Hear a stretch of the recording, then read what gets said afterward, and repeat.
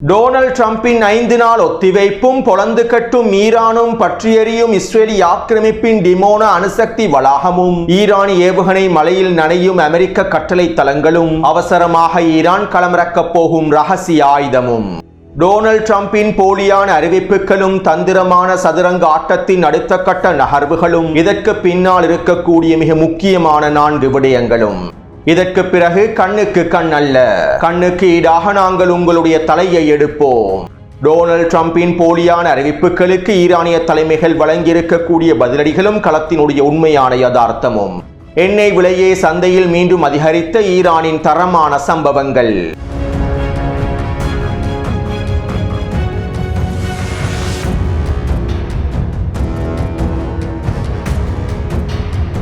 நேற்று இரவோடு ஈரானுக்கு டொனால்ட் ட்ரம்ப் வழங்கியிருந்த 48 மணி நேர காலக்கெடு நிறைவடைந்திருந்தது. மேலும் ஈரானுக்கு எதிரான இந்த காலக்கெடு நிறைவடைவதற்கு 1-2 மணித்தியாலங்களுக்கு முன்பு டொனால்ட் ட்ரம்ப் ட்ரூத் சோஷியல் தளத்திலே அவருடைய போலியான மாயைகளையும் போலி கருத்துக்களையும் அவருடைய புதிய தந்திர காய் நகர்த்தல்களையும் வெளியிட்டிருந்தார். ஈரானோடு நாங்கள் பேச்சுவார்த்தைகளை மேற்கொண்டு வருகின்றோம். இந்த பேச்சுவார்த்தைகள் பயனுள்ளதாக அமைந்துள்ளன. மேலும் இந்த பயனுள்ள பேச்சுவார்த்தைகள் தொடருவதனால் ஈரானின் எரிசக்தி தளங்களை இலக்கு வைத்து மின்சக்தி தளங்களை இலக்கு வைத்து மேற்கொள்ளக்கூடிய தாக்குதல்களை இன்னும் 5 நாட்களுக்கு ஒத்திவைக்குமாறு நான் போர் அமைச்சகத்திற்கு கட்டளையிட்டுள்ளேன். அதே நேரம் ஜரேட் குஷ்னரும் ஸ்டீவ் விட்கோஃபும் ஈரானோடு பேச்சுவார்த்தைகளை மேற்கொண்டு வருகின்றார்கள் என டொனால்ட் ட்ரம்ப் அவருடைய தந்திரமான மாயைகளையும் கருத்துக்களையும் போலி பிரச்சாரங்களையும் முன்வைத்திருந்தார். டொனால்ட் ட்ரம்பின் இந்த கருத்துக்களை தொடர்ந்து ஈரானின் வெளியுறவுத்துறை அமைச்சகம் அவசர செய்தி ஒன்றை வெளியிட்டிருந்தது. ஈரானுக்கும் அமெரிக்காவுக்கும் இடையில் எந்தவிதமான பேச்சுவார்த்தைகளும் மேற்கொள்ளப்படவில்லை. நேரடியாகவோ மறைமுகமாகவோ எந்தவிதமான பேச்சுவார்த்தைகளும் மேற்கொள்ளப்படவில்லை. டொனால்ட் ட்ரம்ப் கூறியிருக்கக்கூடிய கருத்துக்களை நாங்கள் முழுமையாக நிராகரிக்கின்றோம். சந்தை விலையில் மாற்றத்தை ஏற்படுத்துவதற்காகவும் எண்ணெய் விலையை கட்டுப்படுத்துவதற்காகவுமே இவ்வாறான போலி பிரச்சாரங்களை டொனால்ட் ட்ரம்ப் மேற்கொள்கின்றார். மேலும் இந்த அறிவிப்புகளில் எந்தவிதமான உண்மையும் இல்லை, எந்த விதமான பேச்சுவார்த்தைகளும் மேற்கொள்ளப்படவில்லை என ஈரானினுடைய வெளியுறவுத்துறை அமைச்சகம் அதிரடியான அறிக்கைகளை வெளியிட்டிருந்தது. இதைத் தொடர்ந்து ஈரானிய பாராளுமன்றத்தின் தேசிய பாதுகாப்பு சபையின் ஆலோசகர் இவ்வாறு தெரிவித்தார். எங்களுடைய ஆயுதங்களும் ஆயுத படைகளுடைய உறுதியும் ஈரானிய மக்களுடைய உறுதியும் ட்ரம்ப் என்னும் பிசாசை சக்தியற்றதாக மாற்றியுள்ளது. இந்த சந்தர்ப்பத்திலே பேச்சுவார்த்தைகளை மேற்கொள்வதற்கு எங்களுக்கு எந்த விதமான தேவையும் இல்லை. இந்த பிசாசுகளோடு பேச்சுவார்த்தைகளை மேற்கொள்வதற்கு நாங்கள் தயாராகவும் இல்லை. இவர்களுக்கு அடியின் பலத்தையும் ஏவுகணையின் மொழியையும் தவிர வேறு எதுவும் சரிவராது. மேலும் நாங்கள் எங்களுடைய தாக்குதல்களை தொடர்ச்சியாக மேற்கொள்வோம் என பாராளுமன்ற தேசிய பாதுகாப்பு சபையின் ஆலோசகர் தெரிவித்தார். அமெரிக்கா 2 நாட்களுக்கு முன்பு மத்திய கிழக்கு பிராந்தியத்தில் இருக்கக்கூடிய 2 வெளியுறவுத்துறை அமைச்சகத்தின் உதவியோடு ஈரானின் பாராளுமன்ற சபாநாயகரோடு பேச்சுவார்த்தைகளை மேற்கொள்வதற்கு முயற்சி செய்தது. ஈரானோடு நாங்கள் பேச்சுவார்த்தைகளை மேற்கொள்வதற்கு தயாராக இருக்கின்றோம். இதற்கமைவாக ஈரானிய பாராளுமன்ற சபாநாயகர் முகமது கலிபாஃபோடு பேச்சுவார்த்தைகளை மேற்கொள்வதற்கு தயாராக இருக்கின்றோம். அவசரமாக இந்த பேச்சுவார்த்தைகள் ஆரம்பிக்கப்பட வேண்டும் என டொனால்ட் ட்ரம்பினுடைய நிர்வாகம் அண்டை நாடுகளை பயன்படுத்தி ஈரானுக்கு செய்தி ஒன்றை அனுப்பியுள்ளது. மேலும் இந்த கோரிக்கைகளை ஈரான் முழுமையாக நிராகரித்துள்ளது. ஈரானிய களத்தில் ஏற்பட்ட தோல்வியை மறைப்பதற்காகவும் ஈரானுக்கு எதிரான போரிலே ஏற்பட்டிருக்கக்கூடிய தோல்வியை மறைப்பதற்காகவும் தன்மான இழப்பை ஈடு செய்வதற்காகவுமே டொனால்ட் ட்ரம்ப் இந்த தப்பிக்கும் பொறிமுறையை பயன்படுத்தி போலி பிரச்சாரங்களை மேற்கொள்கின்றார் என ஈரானிய தேசிய ஊடகம் செய்திகளில் குறிப்பிட்டிருந்தது. எங்களுடைய தேசிய இலக்குகள் முழுமையாக அடைந்து கொள்ளப்படும் வரை, மத்திய கிழக்கு பிராந்தியத்திலிருந்து அமெரிக்கா முழுமையாக வெளியேற்றப்படும் வரை, அமெரிக்காவினுடைய ஆதிக்கத்தை முழுமையாக முடிவுக்கு கொண்டு வரும் வரை நாங்கள் இந்த போரை நிறுத்தப் போவதில்லை. மேலும் இந்த போரினுடைய முடிவானது மத்திய கிழக்கு பிராந்தியத்திலே அமெரிக்காவினுடைய ஆதிக்கத்தின் முடிவோடு பிணைக்கப்பட்டுள்ளது.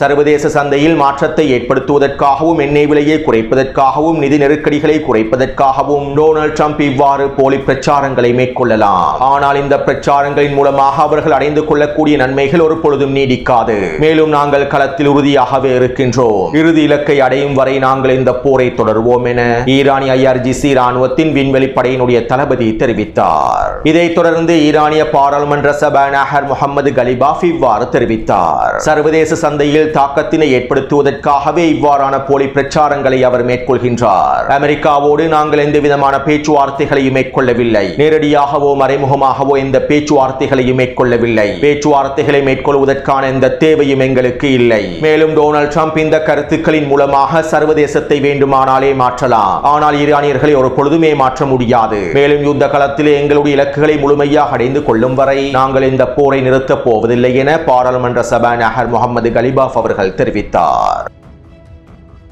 அத்தோடு டொனால்ட் ட்ரம்பினுடைய இந்த அறிவிப்பை அதிகளவானோர் சரியாக புரிந்து கொள்ளவில்லை. டொனால்ட் ட்ரம்ப் 5 நாள் போர் நிறுத்தத்தினை அறிவித்து விட்டார், 5 நாட்களுக்கு ஈரானினுடைய எரிசக்தி தளங்கள் மீதான தாக்குதல்களை இடைநிறுத்தி விட்டார் என டொனால்ட் ட்ரம்பினுடைய கருத்துக்களை நம்பக்கூடியவர்களை அதிகமாக காணப்படுகின்றார்கள். இன்னும் அதிகளவானோர் யுத்த களத்தினுடைய உண்மையான தன்மையை சரியாக புரிந்து கொள்ளவில்லை. டொனால்ட் ட்ரம்ப் வெளியிட்டிருக்கக்கூடிய இந்த அறிவிப்புக்கு பின்னால் மிக முக்கியமான 4 விடயங்கள் காணப்படுகின்றன.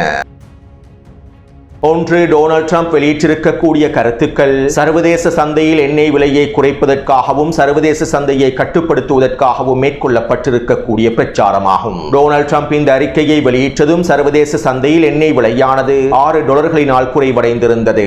யுத்த களத்தில் உண்மையான வெற்றி இலக்குகளை அடைந்து கொண்டு டொனால்ட் ட்ரம்பினுடைய நிர்வாகத்தினால் எண்ணெய் விலையேற்றத்தினை குறைக்க முடியவில்லை. இதனால் டொனால்ட் ட்ரம்ப் கருத்துக்களை வெளியிடுவதன் மூலமாக சமூக ஊடக வலைத்தளத்தை பயன்படுத்துவதன் மூலமாக ஒரு இலூஷனை உருவாக்கி மாயையை உருவாக்கி சர்வதேச சந்தையில் எண்ணெய் விலையேற்றத்தினை குறைப்பதற்கே திட்டமிடுகின்றார். முன்னே காணொலியிலும் இவை தொடர்பாக தெளிவாக குறிப்பிட்டிருந்தேன். அதாவது உண்மையான யுத்தகலம் சர்வதேச சந்தையில் நடைபெற்று வருகின்றது.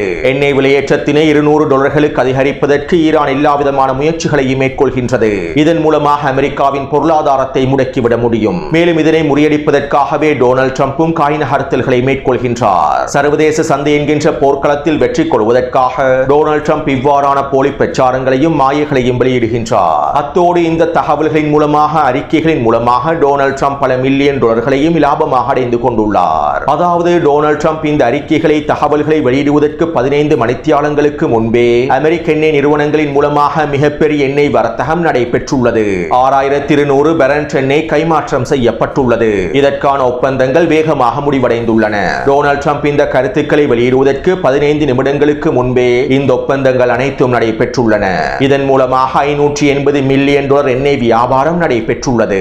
அதாவது இந்த அறிவிப்பை வெளியிட்டதும் எண்ணெய் விலையானது குறைவடையும் என்று அவர்களுக்கு தெரியும். இந்த சந்தர்ப்பத்தில் அதிகளவான எண்ணெய் பரிமாற்றத்தை மேற்கொள்வதன் மூலமாக சர்வதேச சந்தையை கட்டுப்படுத்த முடியும். அது மட்டுமல்லாமல் எண்ணெய் விலை குறைவடைந்ததும் அதிகளவானோர் எண்ணெய் பரிமாற்றத்தை வேகமாக மேற்கொள்வார்கள். இந்த சந்தர்ப்பத்தில் அமெரிக்கா அதிகளவான எண்ணெயை களஞ்சியப்படுத்தும். விலை குறையும் நேரத்தில் அதிகளவான எண்ணெயை களஞ்சியப்படுத்துவதன் மூலமாக விலை கூடக்கூடிய நேரத்தில் அந்த எண்ணெயை விற்று அதிகளவான லாபத்தினை அடைந்து கொள்ள முடியும். அதாவது சுருக்கமாக குறிப்பிடுவதாக இருந்தால் டொனால்ட் ட்ரம்பினுடைய இந்த அறிவிப்பின் மூலமாக அமெரிக்கா ஒரு மிகப்பெரிய எண்ணெய் வர்த்தகத்தையே வியாபாரத்தையே முடித்துள்ளது.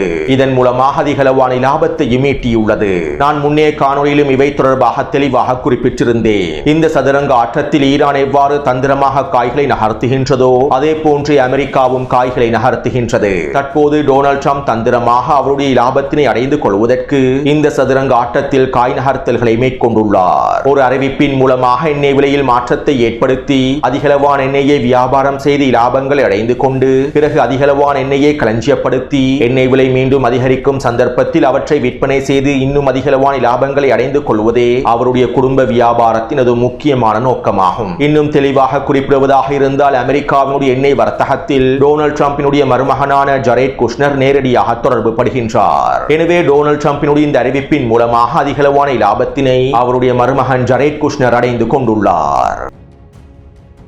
இரண்டாவது, டொனால்ட் ட்ரம்பினுடைய 5 நாள் ஒத்திவைப்பு அறிவிப்பானது பங்குச் சந்தையினுடைய முழுமையான நிறுத்தத்தோடும் மத்திய கிழக்கை நோக்கி நகர்ந்து கொண்டிருக்கும் அமெரிக்காவின் விசேட கடற்படைகளோடும் சம்பந்தப்பட்டுள்ளன, இணைக்கப்பட்டுள்ளன. அதாவது நேற்றிரவு டொனால்ட் ட்ரம்ப் ஈரானின் எரிசக்தி கட்டமைப்புகள் இலக்கு வைத்து தாக்குதல்களை மேற்கொண்டிருந்தால் பங்குச் சந்தையானது தலைகீழாக மாறியிருக்கும். எண்ணெய் விலையானது $120 இலகுவாக தாண்டி இருக்கும். மேலும் பங்குச் சந்தையை திறந்து கொண்டு இவ்வாறானது ஒரு முடிவை யாரும் எடுக்க மாட்டார்கள். அதே நேரம் வருகின்ற வெள்ளிக்கிழமை பங்குச் சந்தை மூடப்பட்டுவிடும். சர்வதேச சந்தையும் பங்குச் சந்தையும் முழுமையாக மூடப்பட்டதற்கு பின்பு ஈரானினுடைய மின்சக்தி கட்டமைப்புகள் இலக்கு வைத்து எரிசக்தி கட்டமைப்புகள் இலக்கு வைத்து தாக்குதல்களை மேற்கொண்டால் அதன் மூலமாக ஏற்படக்கூடிய தாக்கமும் விளைவுகளும் சர்வதேச சந்தையையும் பங்குச் சந்தையையும் வீரியமாக தாக்காது. அடுத்த திங்கட்கிழமை பங்குச் சந்தை திறக்கும் சந்தர்ப்பத்தில் தான் ஈரானினுடைய பதிலடி தாக்குதல்களுக்கான விளைவுகள் பங்குச் சந்தையில் தாக்கத்தை ஏற்படுத்தும். எனவே இவ்வாறு பங்குச் சந்தையையும் சர்வதேச சந்தையையும் முழுமையாக இழுத்து முடிவிட்டு அமெரிக்கா ஈரானினுடைய எரிசக்தி கட்டமைப்பு கட்டமைப்புகளையும் மின்சார கட்டமைப்புகளையும் இலக்கு வைத்து தாக்குதல்களை மேற்கொள்ளும். அத்தோடு மத்திய கிழக்கை நோக்கி அமெரிக்காவினுடைய 5000க்கும் அதிகமான கடற்படையை கொண்டிருக்கக்கூடிய விசேட படைப்பிரிவுகள் நகர்ந்து கொண்டிருக்கின்றன. இந்திய பெருங்கடல் பிரதேசத்தினூடாகவே தற்போது இந்த படைப்பிரிவுகள் நகர்கின்றன. அமெரிக்காவின் USS ட்ரிபோலி போர்க்கப்பலும் இன்னும் 2 போர்க்கப்பல்களும் 5000க்கும் அதிகமான அமெரிக்க படை சிப்பாய்களும் மத்திய கிழக்கை நோக்கி நகர்ந்து கொண்டிருக்கின்றார்கள். வருகின்ற வெள்ளிக்கிழமை காலையில் தான் இவர்கள் ஓமான் வளைகுடா பிரதேசத்தை சென்றடைவார்கள். அதாவது டொனால்ட் ட்ரம்பினுடைய நிர்வாகம் ஒரே நேரத்திலேயே ஈரானின் காக்தீவை இலக்கு வைத்தும் ஹெர்மோஸ் ஜலசந்தி பிரதேசத்தில் இருக்கக்கூடிய கடற்கரை நகரங்களை இலக்கு வைத்தும் ஈரானின் எரிசக்தி மற்றும் மின்சார கட்டமைப்புகளை இலக்கு வைத்தும் தாக்குவதற்கு திட்டமிட்டுள்ளது. நேற்றிரவு டொனால்ட் ட்ரம்பினுடைய நிர்வாகம் இந்த தாக்குதல்களை ஆரம்பித்திருந்தால் ஒரே நேரத்தில் இந்த தாக்குதல்களை மேற்கொண்டிருக்க முடியாது. எனவே வருகின்ற வெள்ளிக்கிழமை அமெரிக்காவின் விசேட கடற்படையானது ஓமான் வளைகுடா பிரதேசத்திலே களமிறங்கும். பிறகு பங்குச் சந்தையும் முழுமையாக மூடப்பட்டுவிடும். இதைத் தொடர்ந்து ஒரே நேரத்திலே தரைவழி தாக்குதல்களையும் ஈரானின் மின்சக்தி மற்றும் எரிசக்தி கட்டமைப்புகளை இலக்கு வைத்தும் தாக்குதல்களை மேற்கொள்வார்கள். இதற்கான திட்டத்தையே வகுத்துள்ளார்கள். மூன்றாவது விடயம், ஈரான் தற்போது நிலைமையில் உச்ச தயார்படுத்தல்களை மேற்கொண்டுள்ளது. ஈரானின் எரிசக்தி கட்டமைப்புகள் இலக்கு வைத்து மின்சார கட்டமைப்புகள் இலக்கு வைத்து அமெரிக்கா தாக்குதல்களை மேற்கொண்டதும் இதற்கு பதிலடியாக மத்திய கிழக்கு பிராந்தியத்திலே இஸ்ரேலிய ஆக்கிரமிப்பிலே இருக்கக்கூடிய ஒட்டுமொத்த மின்சார கட்டமைப்புகளை தாக்குவதற்கும் ஈரான் முழுமையாக தயார் நிலையில் இருக்கின்றது. எனவே இவ்வாறு ஈரான் முழுமையாக தயார் நிலையில் இருக்கும் போது அமெரிக்கா தாக்குதல்களை மேற்கொள்ளாது. ஏனென்றால் அமெரிக்கர்கள் பலவீனமானவர்கள். நேரடியாக மோதுவதற்கு அவர்கள் ஒரு பொழுதும் விரும்ப மாட்டார்கள். சூழ்ச்சி திட்டங்கள் மூலமாக மோதுவதற்கு அவர்கள் விரும்புவார்கள். எனவே இவ்வாறு ஈரான் உச்ச தயார்படுத்தல்களில் இருக்கும் போது அவர்கள் பயன்படுத்தக்கூடிய ஆயுதமாகவே பேச்சுவார்த்தை என்கின்ற ஆயுதமும் யுத்த நிறுத்தம் என்கின்ற ஆயுதமும் இருக்கின்றது. நான்காவது விடயம் என்னவென்றால், ஈரானின் தாக்குதல்களை அமெரிக்காவினால் கட்டுப்படுத்த முடியவில்லை. ஈரானின் ஏவுகணை தளங்களை இலக்கு வைத்தும் ட்ரோன் களஞ்சிய சாலைகளை இலக்கு வைத்தும் தாக்குதல்களை மேற்கொள்வதாக அமெரிக்கா கூறினாலும் உண்மையில் ஈரானினுடைய இந்த திறன்களை அவர்களால் அளிக்க முடியவில்லை. எனவே இந்த சந்தர்ப்பத்தில் தாக்குதல்களை ஒத்திவைப்பதாக கூறி ஈரானுக்கு ஒரு சூழ்ச்சி திட்ட பொறியை உருவாக்கி பேச்சுவார்த்தை என்கின்ற சூழ்ச்சி திட்டத்திற்குள் ஈரானை சிக்க வைக்க முடியும் என்கின்ற திட்டத்தோடு டொனால்ட் ட்ரம்ப் இந்த அறிக்கைகளையும் கருத்துக்களையும் வெளியிட்டுள்ளார். எனவே டொனால்ட் ட்ரம்பினுடைய இந்த போலி பிரச்சாரங்களுக்கு பின்பு அறிவிப்புகளுக்கு பின்பு இருக்கக்கூடிய முக்கியமான 4 விடயங்களையும் நாங்கள் தெளிவாக புரிந்து கொள்ள வேண்டும். அத்தோடு அமெரிக்காவினுடைய இந்த நகர்வுகள் தொடர்பாக ஈரானுக்கு நன்றாகவே தெரியும். மேலும் இதனை உறுதிப்படுத்தும் வகையில் இன்று காலை ஈரானிய உச்ச தலைவருடைய ஆலோசகர் இவ்வாறு தெரிவித்தார். அமெரிக்கா தற்போது என்ன செய்கின்றது, எவ்வாறு காய் நகர்த்தல்களை மேற்கொள்கின்றது என்பது எங்களுக்கு நன்றாகவே தெரியும். நீங்கள் எங்களுடைய எரிசக்தி தளங்களை மின்சார கட்டமைப்புகள் இலக்கு வைத்து தாக்குதல்களை மேற்கொண்டால் அதற்கு பிறகு நாங்கள் கண்ணுக்கு கண் என்கின்ற தாக்குதல்களை மேற்கொள்ள மாட்டோம். எங்களுடைய எரிசக்தி கட்டமைப்புகள் மீது நீங்கள் தாக்குதல்களை மேற்கொள்வது இந்த யுத்த களத்திலே கண்ணுக்கு தலை என்கின்ற விகிதத்தை உருவாக்கிவிடும். எங்களுடைய கண்ணுக்கு ஈடாக நாங்கள் உங்களுடைய தலையை எடுப்போம். மேலும் டொனால்ட் ட்ரம்ப் சர்வதேச சந்தையை வேண்டுமானாலே மாற்றலாம், ஈரானியர்களையே மாற்ற முடியாது. மேலும் நாங்கள் அனைத்திற்கும் முழுமையாக தயாராகவே இருக்கின்றோம் என ஈரானிய உச்ச தலைவருடைய ஆலோசகர் தெரிவித்துள்ளார். அதே போன்று ஈரானிய IRGC ராணுவத்தின் தளபதி அப்துல்லாஹி அவர்கள் இவ்வாறு தெரிவித்தார். நாங்கள் தற்போது ஒரு மிகப்பெரிய பலம் பொருந்திய ரகசிய ஆயுதத்தை பயன்படுத்த போகின்றோம். நாங்கள் பயன்படுத்த போகும் இந்த ரகசிய ஆயுதத்தினால் அமெரிக்கா எங்களிடம் மண்டியிடும். இந்த போருக்கான முடிவை நோக்கிய பாதையை செப்பனிடும். மேலும் எங்களுடைய இந்த ரகசிய ஆயுதத்தின் மூலமாக அமெரிக்காவுக்கும் ஜியோனிஸ் ஆக்கிரமிப்புக்கும் ஆச்சரியங்கள் காத்து கொண்டிருக்கின்றது என அவர் குறிப்பிட்டுள்ளார். மேலும் டொனால்ட் ட்ரம்பினுடைய அறிவிப்புகளுக்கு பின்பு நடைபெற்ற போர் அமைச்சரவையில் ஈரானிய ராணுவ தலைமை அதிகாரிகள் ரகசிய ஆயுதத்தினை களமிறக்குவதற்கான பேச்சுவார்த்தைகள் மேற்கொண்டிருப்பதாகவும் இதற்கான நேரம் வந்துவிட்டது என்றும் ஈரானிய ஊடகங்கள் செய்திகளில் குறிப்பிட்டுள்ளன. அடுத்து டொனால்ட் ட்ரம்பினுடைய அறிவிப்பினால் குறைவடைந்த எண்ணெய் விலையை மீண்டும் அதிகரிப்பதற்காக ஈரான் அதிரடியான உச்ச தாக்குதல்களை மேற்கொண்டிருந்தது.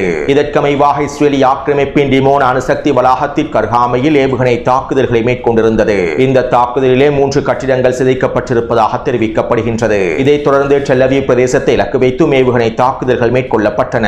அதே போன்று பஹ்ரைன் மற்றும் குவைத்தில் இருக்கக்கூடிய அமெரிக்க தளங்களுக்கு எதிரான வீரியமான ஏவுகணை தாக்குதல்களை மேற்கொண்டிருந்தன. இந்த தாக்குதலிலே குறித்த பிரதேசங்களில் 5 வெடிப்புகள் பதிவாகியுள்ளன. மேலும் இந்த தாக்குதலினால் குவைத்தின் சில மின்சார கட்டமைப்புகள் பாதிக்கப்பட்டிருந்தன. இதனால் இன்று அதிகாலை வேளையில் குவைத்தில் மின்சார தடையும் ஏற்பட்டிருந்தது. அதே போன்று குர்திஸ்தான் பிரதேசத்தில் இருக்கக்கூடிய பகுதிகளை இலக்கு வைத்து வீரியமான ஏவுகணை தாக்குதல்கள் மேற்கொள்ளப்பட்டிருந்தன. குர்திஸ்தான் பயங்கரவாதிகளின் பிரிவினைவாதிகளின் தளங்கள் தரைமட்டமாக்கப்பட்டன. இவை தொடர்பான காணொலிகளை டெலிகிராம் சேனலில் பதிவிட்டுள்ளேன். அதே போன்று ஏபில் பிரதேசத்தில் இருக்கக்கூடிய அமெரிக்க தூதரகத்தை இலக்கு வைத்தும் தாக்குதல்கள் மேற்கொள்ளப்பட்டிருந்தன. அத்தோடு சவுதி அரேபியாவில் இருக்க இருக்கக்கூடிய அமெரிக்க தளத்தை இலக்கு வைத்து வீரியமான ட்ரோன் மற்றும் ஏவுகணை தாக்குதல்கள் மேற்கொள்ளப்பட்டன. இதற்கமைவாக அதிகாலை வேளையில் 3 வெடிப்புகள் பதிவாக இருந்ததாகவும் தெரிவிக்கப்படுகின்றது. மேலும் ஈரானினுடைய இந்த தாக்குதல்களை தொடர்ந்து டொனால்ட் டிரம்பினுடைய கருத்துக்களுக்கு ஈரான் மறுப்பு தெரிவித்ததை தொடர்ந்து எண்ணெய் விலையானது மீண்டும் அதிகரித்துள்ளது. டொனால்ட் டிரம்ப் கருத்துக்களை வெளியிட்டு 6 மணித்தியாலங்களுக்குள் சர்வதேச சந்தையில் ஈரான் மீண்டும் எண்ணெய் விலையேற்றத்தை அதிகரித்துள்ளது. எனவே இந்த காணொலி தொடர்பான கருத்துக்களை பதிவிடுங்கள். அடுத்த காணொலி விரைவாக பதிவிடுகின்றேன். தொடர்ந்து என்னுடன் இணைந்திருங்கள். நன்றி, வணக்கம்.